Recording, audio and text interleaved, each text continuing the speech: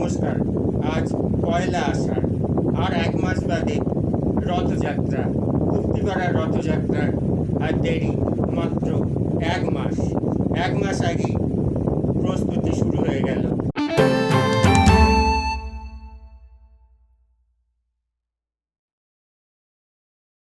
এখন আপনাদের সামনে বক্তব্য রাখবেন গুপ্তিপাড়ার আইসি মাননীয় প্রীতমবাবু।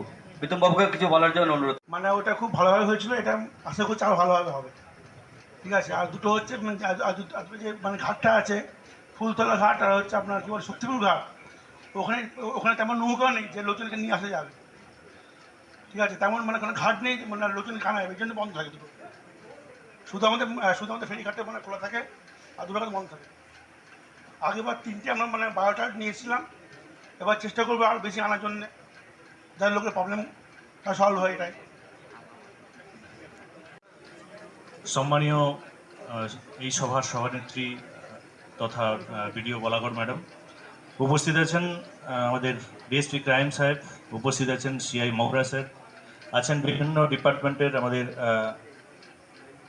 ডিপার্টমেন্টের আধিকারিকগণ উপস্থিত আছেন এবং আমাদের মহারাজ। সর্বোপরি আমরা যারা এখানে উপস্থিত হয়েছি, অর্থাৎ আপনারা আমার সামনে যারা আছেন, যারা এই রথে গুরুত্বপূর্ণ ভূমিকা পালন করেন এবং বছরের পর বছর ধরে এই রথটাকে শান্তিপূর্ণভাবে চালনা করার পিছনে আপনাদের ভূমিকা অগ্রগণ্য। আপনাদেরকে আবারও বলি, প্রতি বছরের মতো একই রকম কোঅপারেশন করে এই রথটাকে এবছরও আপনারা সঠিকভাবে পরিচালনা করবেন, সেই আশা রেখে আমার কতগুলো পয়েন্ট আছে, সেই পয়েন্টগুলো আমি শুধুমাত্র ডিসকাস করব। আমি গত বছর যেহেতু এখানে উপস্থিত ছিলাম, সেহেতু কিছু কিছু জায়গাতে আমার যেটা মনে হয়েছিল যে আজকের এই ওপেন মিটিংয়ে আলোচনা করার দরকার আছে, সেই জায়গাগুলো শুধুমাত্র আমি বলছি। প্রথমত, রথের ফিটনেস সার্টিফিকেট, আমি মহারাজ আছেন, গতবারে ওনার সঙ্গে বেশ কয়েকবার যোগাযোগ করেছিলাম, তৎকালীন যিনি বিডিও ম্যাডাম ছিলেন ওনার সাথেও বারবার যোগাযোগ করেছিলাম, যেটা সরকারি আধিকারিকদের কাছ থেকে আসে। অর্থাৎ এখানে একজন যিনি মেকানিক থাকেন তিনি একটা স্বাস্থ্য পরীক্ষা সার্টিফিকেট সম্ভবত দেন, তাই তো মহারাজ? কিন্তু ঘটনা হচ্ছে আমাদের বোধহয় পিডব্লিউডি অ্যাসিস্ট্যান্ট ইঞ্জিনিয়ার কেউ, যিনি কিনা এই রথের পরীক্ষা করার পর ফাইনাল একটা ফিটনেস সার্টিফিকেট দেন, সেটা কিন্তু বারবার ডিলে হয়, একদম শেষ মুহূর্তে গিয়ে আমরা ওটা পাই। সেটাকে যদি এবারে কোনোভাবে আগে করিয়ে কোনো না কোনোভাবে সেটাকে আগে আনানো যায়, তাহলে আমাদের কাজ করতে সুবিধা হয়। কারণ আমাদের যে রথ আছে সেই রথটা বহু পুরনো, এটা গুপ্তিপাড়া তথা অল ওভার ওয়েস্ট বেঙ্গল তথা আমাদের পশ্চিমবঙ্গের একটা ঐতিহ্য এবং আমাদের গুপ্তিপাড়া তথা বলাগড়ের গর্বও বটে। আমরা কেউই চাইবো না এখানে কোনো রকম কোনো আনটোয়ার্ড সিচুয়েশন তৈরি হোক, কোনো রকম একটা কোনো দুর্ঘটনা ঘটুক, সেটা আমরা কেউ চাইবো না। তার জন্য প্রথম যেটা আমাদের দরকার আছে সেটা হচ্ছে রথটা ঠিকঠাক আছে কিনা বা রথের স্বাস্থ্য ঠিকঠাক আছে কিনা সেটা দেখে নেওয়াটা সবচেয়ে আগে জরুরি আছে। 2 নম্বর যেটা, সেটা হচ্ছে যে রাস্তাটা দিয়ে রথটা টানা হয়, গতবারে আপনাদের মনে আছে হয়তো বা ম্যাক্সিমাম সবারই মনে থাকবে, উল্টো রথের দিন আমরা প্রায় 1 হাঁটু পাকে রথ টানতে হয়েছিল। সেক্ষেত্রে যে জিনিসগুলো আমরা উপলব্ধি করেছিলাম যে এই যে রথ সড়কটা আছে, সেই রথ সড়কে আমার মনে হয় কিছু ঘ্যাস বা কিছু দিয়ে এই জায়গাটাকে উঁচু করা বা সমতল করার একটা দরকার আছে। গতবারে প্রথম দিনের রথে আমি দেখেছিলাম যে এই রথ সড়কের মধ্যে কিছু জায়গা এতটাই উঁচু নিচু ছিল যে কিছুজন হুমড়ি খেয়ে পড়েছে, কারণ ওই সময় যে পরিমাণ ভিড় থাকে তাতে কোনো মানুষের পক্ষে মাটির দিকে তাকিয়ে হাঁটা সম্ভব হয় না, কেউ মাটির দিকে দেখতে পারে না।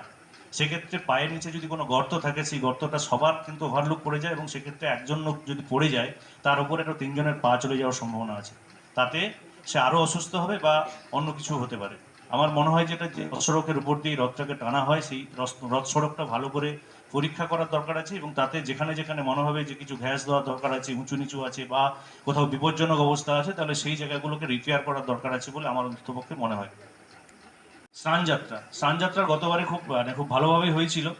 আমি একই জিনিস রিপিট করছি, আপনারা প্রতি বছরই করেন, যেহেতু আমাদের যেটা স্নান যেখানে করানো হয় এই মঞ্চটা বহু পুরনো এবং আমাকে মহারাজও পার্সোনালি গতবারে বলেছিলেন যে খুব ভঙ্গুর অবস্থাতে আছে, যদিও তারপরে হয়তো বা কিছুটা ট্রিটমেন্ট করা হয়েছে।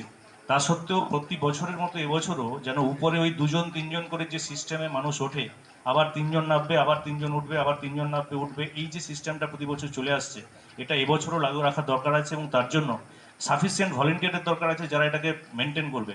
আমাদের পক্ষে যে জিনিসটা প্রবলেম হয়, কারণ এখানে যারা আসেন তারা অনেকেই আপনাদের পরিচিত, আপনারা যারা আছেন বা এখানে যারা মেন যারা আছেন তারা চেনেন, আমরা তাদেরকে আটকাতে গেলে কোনো না কোনো ক্ষেত্রে যারা মন্দির কমিটিতে আছেন তাদের কোথাও না কোথাও প্রবলেম হতে পারে। সেজন্য আপনাদের যে সমস্ত লোক তাদেরকে চেনেন, তারা যদি ওখানে উপস্থিত থাকেন এবং কে যাবে, কে উপরে যাবে, কে থাকবে, কে নামবে, সেটা যদি আপনাদের লোক করে দেয়, তাহলে আমাদের পক্ষে কাজ করতে সুবিধা হয়। আমাদেরকে যাকে আটকাতে বলবে তাদেরকে আমরা আটকে দিতে পারি, কিন্তু কেউ যদি বিশিষ্ট কেউ থাকেন যেটা মনে হয় যে ওনাদের পক্ষে ওনাকে উপরে যেতে দিতে হবে, তাহলে সেটা ওনাদের পক্ষেই এর ডিসিশন নেওয়াটা ওনাদের পক্ষেই ঠিকঠাক হবে।